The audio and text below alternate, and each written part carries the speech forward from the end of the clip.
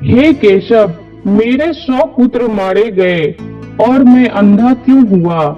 मेरे पूर्व जन्म का क्या पाप है?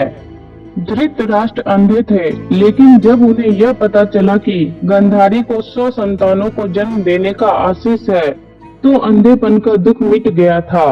धृतराष्ट्र के 100 पुत्र और एक पुत्री हुई।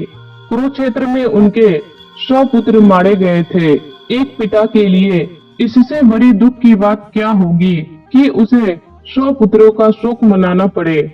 भगवान श्री कृष्ण ने गीता का जो संदेश दिया था, उसे अर्जुन के अतिरिक्त संजय और धृतराष्ट्र ने भी सुना था। उसमें भगवान श्री कृष्ण ने कहा था कि सब कुछ पूर्व निर्धारित है, सबको उनके पूर्व के कर्मों का दंड भोगना होगा। धृतराष्ट्र को वह बात स्मरण थी। दुर्योधन और दुशासन मुख्य रूप से पांडवों और द्रौपदी के दोषी थे। उनके मारे जाने को तो धृतराष्ट्र कर्म दंडों से जोड़ रहे थे, पर शेष पुत्रों की तो कोई भूमिका नहीं थी। वे क्यों मारे गए, यह प्रश्न धृतराष्ट्र को बहुत परेशान करता था। धृतराष्ट्र ने भगवान श्री कृष्ण से पूछा, मैं अंधा पैदा हुआ, मेरे 100 पुत्र मारे गए। भगवान, मैंने ऐसा कौन सा पाप किया है जिसका यह दंड मुझे मिल रहा है? आपने अर्जुन से कहा था कि जो हो रहा है वह कर्मों का दंड है। मेरे अंधे होने और 100 पुत्रों के मारे जाने के पीछे क्या कारण है? कृपा करके मुझे यह बताएं।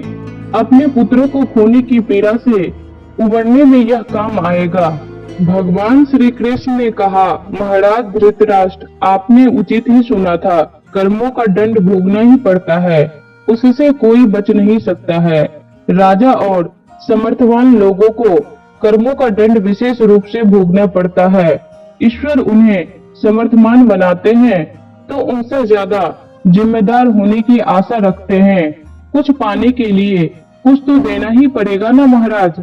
आप इस जन्म में भी राजा हैं और पूर्व जन्म में भी राजा थे, पर आपने कई पाप कर्म किए हैं। धृतराष्ट्र अधीर हो गए। वे बोले, हे केशव, मैंने इस जन्म में जो किया वह मेरे सामने है। एक राजा और एक बड़े परिवार का मुखिया होने के नाते मुझे वही उचित लगा। पूर्व जन्म का रहस्य जानने को उत्सुक हूँ। कृपा करके वह रहस्य खोले कि ऐसा कौन सा पाप था कि मैं अंधा भी हुआ और 100 पुत्र भी गवाए। भगवान श्री कृष्ण ने धृतराष्ट्र को पूर्व जन्म की याद दिलानी शुरू की। उन्हें पूर्व जन्म लेकर गए। भगवान श्री कृष्ण बोले, महाराज धृतराष्ट्र, पिछले जन्म में भी आप एक राजा थे। आपके राज्य में एक तपस्वी ब्राह्मण रहते थे। ब्राह्मण के पास हंसों का एक जोड़ा था, जिसके 4 बच्चे थे। ब्राह्मण को उन हंसों से अपने संतान के जैसा लगाव था। ब्राह्मण को तीर्थ यात्रा पर जाना था, लेकिन हंसों की चिंता में वह नहीं जा पा रहा था। उसने अपनी चिंता एक साधु को बताई। साधु ने कहा, तीर्थ में हंसों को बाधक बताकर हंसों का अगला जन्म खराब क्यों करते हो? राजा प्रजा पालक होता है, तुम और तुम्हारे हंस दोनों उनकी प्रजा हो। हंसों को राजा के संरक्षण में रखकर तीर्थ को जाओ। आप एक प्रजा पालक राजा थे, इसलिए ब्राह्मण को यह बात अच्छी लगी। वह आपके पास आया और अपनी सारी परेशानी का सुनाई। आपने ब्राह्मण के तीर्थ से लौट आने तक हंसों की रक्षा का दायित्व स्वीकार लिया। ब्राह्मण हंस और उसके बच्चे को आपके पास रखकर तीर्थ यात्रा को गए। हंस आपके महल के तालाब में ही पलने लगे। आपको एक दिन मांस खाने की तीव्र इच्छा हुई। आप उस समय अपने महल के बाग में घूम रहे थे। आपकी नजर हंसों पर गई। आपने सोचा, सभी जीवों का मांस खाया है, पर हंस का मांस आज तक नहीं खाया। इसका स्वाद आखिर कैसा होता होगा? आप इसी विषय पर सोचते रहे और हंस का मांस खाने की इच्छा तीव्र होती चली गई। यह इच्छा अब पराकाष्ठा पर पहुंच गई और आप खुद को रोक न पाए। आपने हंस के 2 बच्चे भूनकर खा लिए। उसका स्वाद आपकी जीवा को लग गई। हंस के एक एक करके 100 बच्चे हुए। आप सबको खाते चले गए। अंततः हंस संतानहीन होकर दुख में मर गया। कई साल बाद वह ब्राह्मण तीर्थ यात्रा से लौटा और आपके पास आया। उसने आपसे अपने हंसों के बारे में पूछा। हंस तो आपके लालच की बलि चढ़ चुके थे।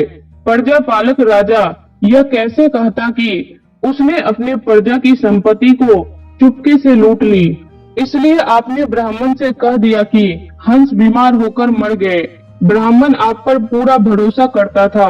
उसने आपकी बात मान ली और विलाप करते घर चले गए।